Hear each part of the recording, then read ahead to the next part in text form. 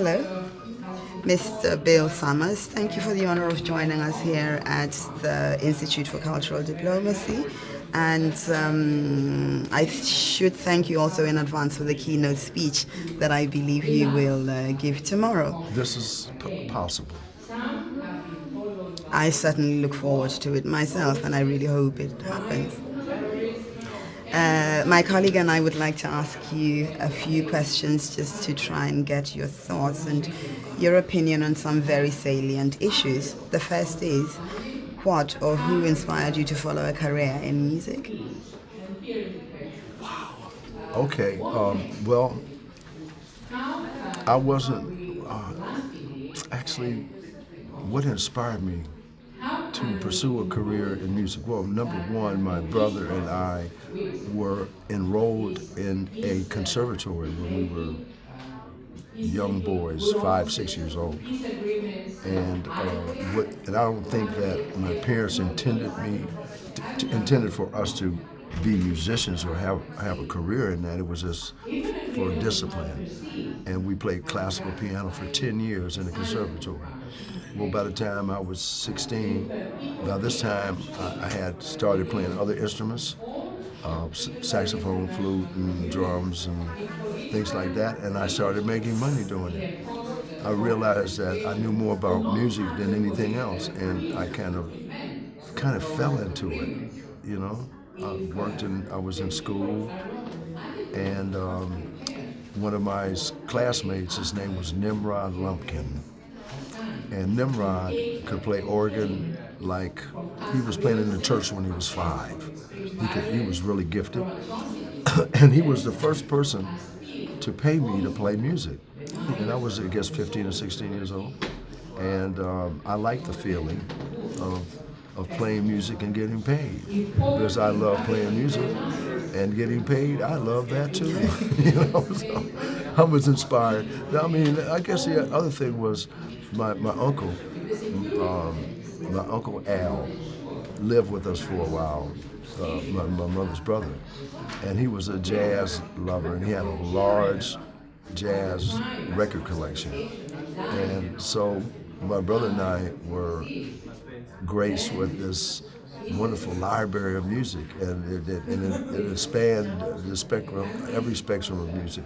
And so it was the Caribbean, it was African, it was Latin, it was jazz, funky jazz, straight ahead jazz. It was just a wonderful experience. And so I guess my parents, they had a lot to do with it. They showered my brother and I with a great education, and they were light years ahead of most black parents at the time, because we lived in a very poor area, extremely poor. In fact, we didn't have grass, in the front yard. It was like a dust bowl. If the wind blew, it was like smoke. But eventually we got grass, and my father was a hardworking man, and it's amazing that he could put all this together. I remember asking him for a flute. I said, "I want to play flute, Dad." I didn't want to play piano at all when it started. I rebelled. I didn't want to do it. But we had to practice when we were really young kids. And I think it started with 20 minutes or 15 minutes a day, and then it graduated until it was like an hour and a half, 2 hours of practice. And there was no question, there was no way we could get out of it, because they demanded that we do it. So actually, sometimes I would rush home from school to beat my brother to the piano so I could get it over with. I did not like it, I didn't like it. And actually, when I was 16, I finally, my mother thought I was going to the conservatory for my lessons, and I was actually going to the bookstore or to buy candy or just run the street. I one day came home and just said, "No, I'm not doing it anymore." But by that time I was already making money playing music.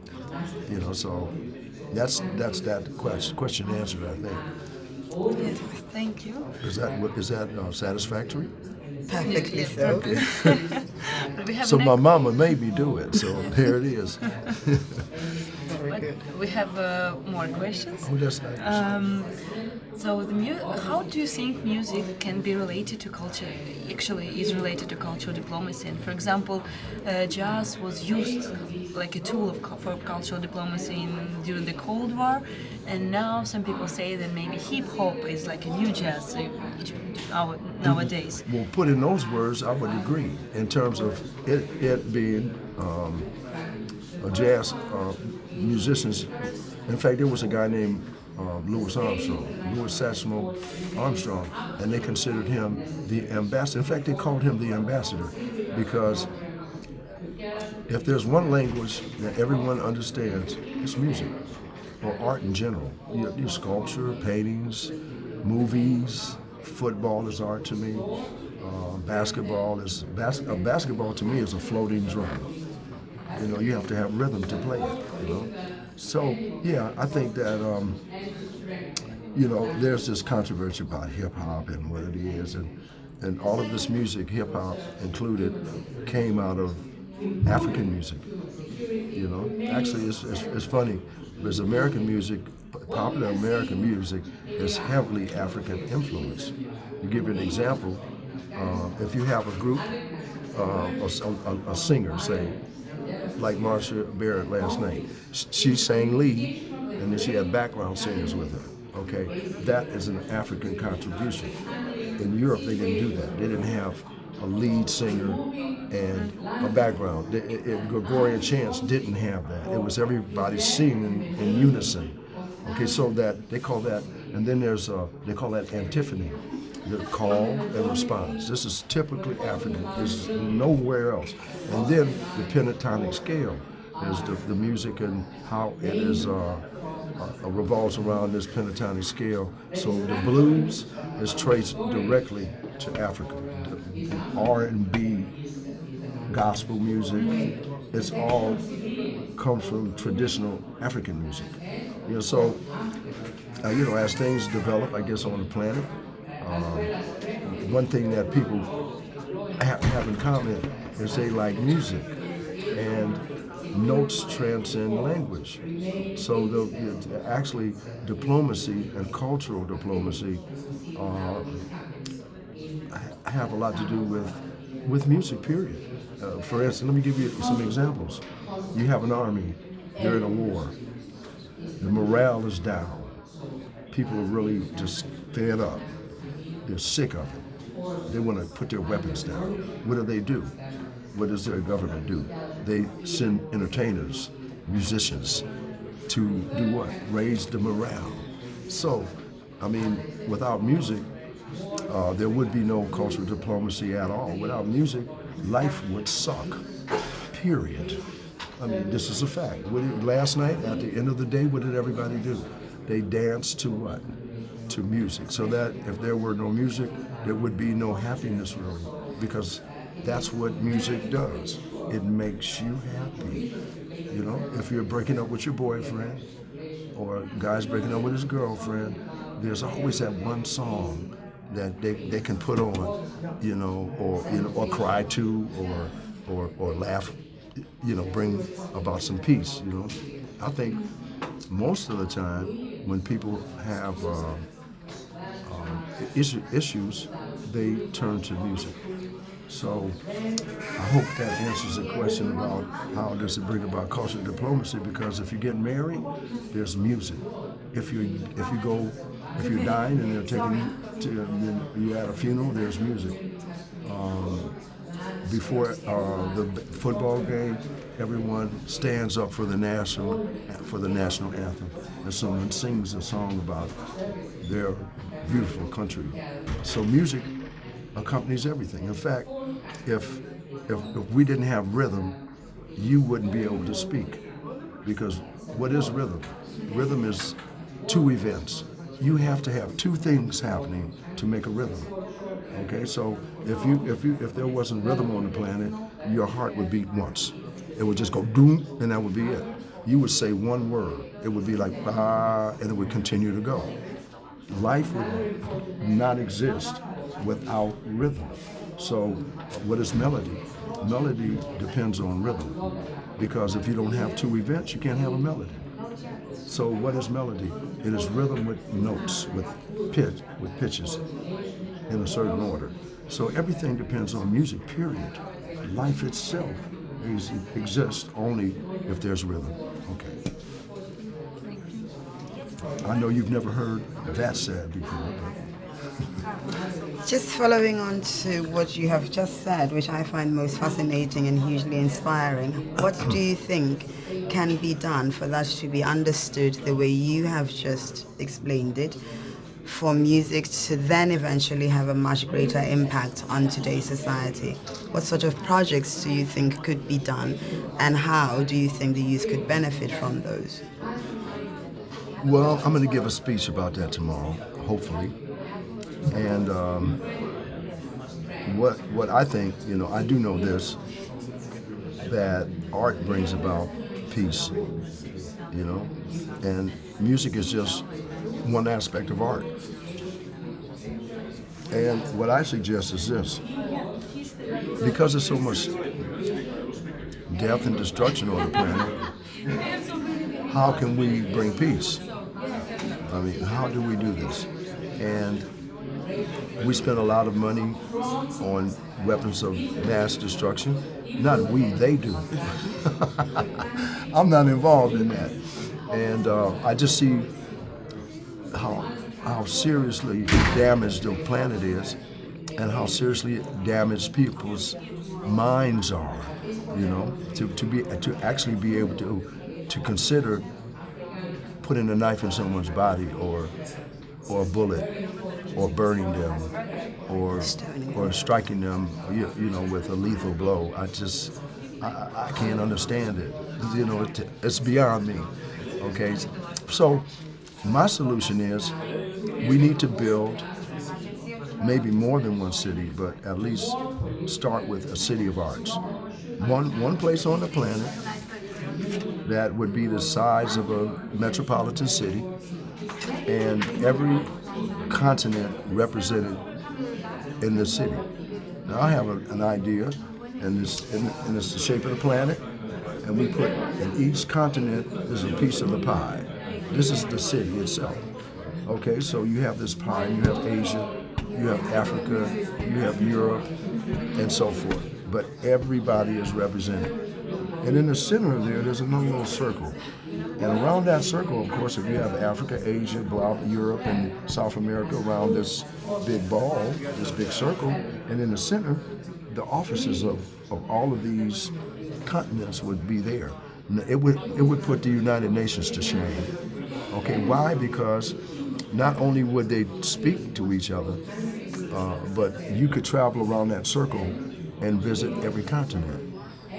And you could talk in many different languages, and people would start to exchange ideas, and bring about the possibility for peace, because it takes dialogue. You have to speak to one another, and if the Jew does not go to the mosque, and the Muslim does not go to the synagogue, they will always fight.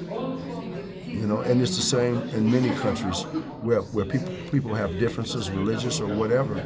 It has to be someone has to sit down at the table and discuss it. So in this place, not only would there be, there'd be this mutual cooperation, but everyone's art, everyone's culture. That means dance, classic art, all the visual arts, music. In every aspect of art would be taught here, and it would be a place that would fuel itself on art. So every project, every recording, every painting, even if the children who would be in this environment would do finger paintings or what, could wind up on a postcard. Everything that would be done here would be done in mutual cooperation. And it would be, I would suggest that it would be a sovereign state, like the Vatican, where you could not drop a bomb on it, where it would be a safe haven, where no one could go and do anything of that nature. So you would have Brazil together with Cuba, with Trinidad, with South Africa. Could you imagine being able to walk around this city and just go from country to country And my suggestion is that each continent that's represented, that countries within those continents build their own buildings in the city, that they build their own, that they represent themselves as architectural designers of planning the city, waterworks, the security, the hospitals. It's a city. And so here you have people from all over the world speaking their native languages and promoting their culture, but at the same time getting a chance to understand what others' cultures are. And it would bring about a better world, I'm sure, and peace. It would be an example for everyone, a template to follow. That's my idea. Hope it will be sometimes could be possible. What? It would be great if It's going to something- happen. Yeah. Yes, it will happen.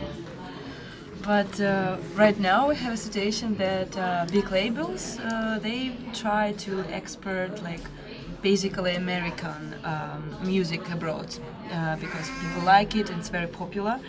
And don't you think that maybe exporting some music from other cultures, from other countries, would be a good example of using cultural diplomacy in terms of music? So are you saying that people gravitate more towards American music? Yeah. So maybe we should more focus on, to develop and to export I agree. music I from. agree. And so how would it be possible? How it can It's be already gained? happening. It's already happening all the time. For instance, I just completed a book on Cuban music, on Afro-Cuban music, which is extremely beautiful. And I've studied Brazilian music and, different aspects of it, candomblé music, music for capoeira. I play berimbau, which is a string instrument that they play in Brazil. I have taiko drums from Japan. I have drums from China. I do Haitian music. You have to understand that American music is not it's a mixture of things. It's actually world music. R&B or Michael Jackson. This is straight up African music. So what you're saying and what your suggestion is really happening. Brazilian music is pretty popular around the world. There are lots of. For instance, classical music from Europe is very popular all over the world. So this attempt to share music is happening. I understand that American music just happens to be the most popular. There's nothing wrong with that because in America, the people that create the music are from all over the world. They used to use the term that America is the melting pot.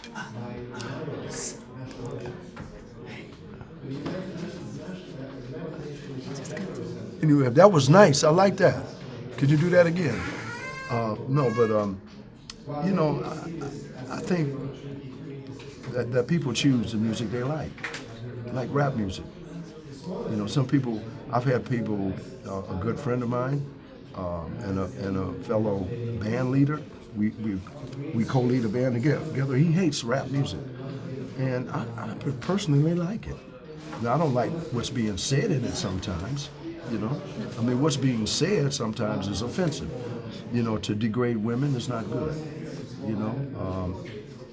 Some other aspects of it I see on film is degrading to women. Is them to shake their ass in people's faces and flaunt that. I think that they disrespect themselves doing it.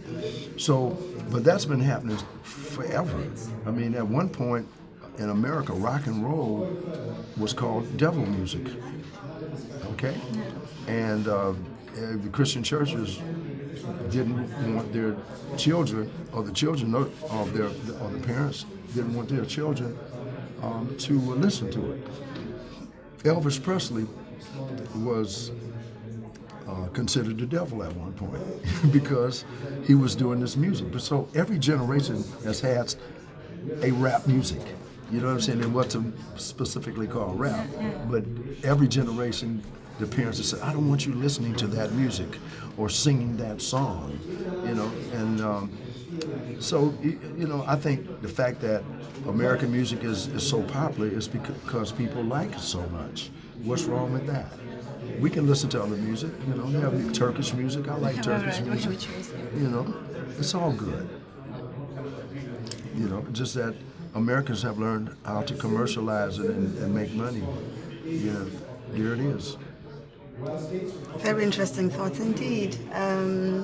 What would you say has been your greatest achievement in terms of either promoting or applying cultural diplomacy as a musician? Well, I'll tell you, I have a guru in my life that taught me about sacred music. You know, there's music I play to make money, but there's music I play for God, for the universe, actually. So, and this guy lived in Cuba. He's dead now. His name was Chacha Estevan Vega de Bacallao y Alo de Oshun. That's a mouthful. That's a mouthful. Yeah, but this guy was a priest of the drum. He was ordained a priest of the drum, and in his culture, if you wanted to study under this man, you had to have your hands baptized, because you couldn't touch his drums because they were consecrated, and unless you were in a fraternity and had your hands baptized, you couldn't touch the drums. Okay, so now I studied classical music for many years. And one day I was in New York, and a guy took me to a ceremony. And in America, you know, the African Americans had lost their connection with Africa through slavery, you know, because they wouldn't allow African Americans to play drums like they did in Africa, or to play certain instruments, or even speak the native language. So as I grew up, I had a very important experience, and this has a lot to do with my greatest accomplishments, which you will never read about in my bio or probably anything on the internet. Very few people know this aspect about me. But with this man, I went to a ceremony in New York, and now this was before I met this gentleman, and it was an African ceremony, okay? And it was Cubans, black Cubans. And I went into the ceremony, and these guys were playing 3 drums, and each drum it was 2-headed, and they put them on their lap and played them not like this, but side to side. And because I had this classical training, I recognized that this was classical African music. They didn't make anything up. Everything that they were playing was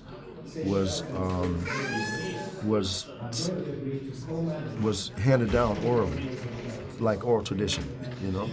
And I was fascinated by it because I said, "That's me." I was looking for my Tchaikovsky, who I'm not European. I'm not European. I'm an African American. I have Africa all up in me. So I had been looking for, where's my Chopin? Where's my Tchaikovsky? Where's my Brahms? Where's my people?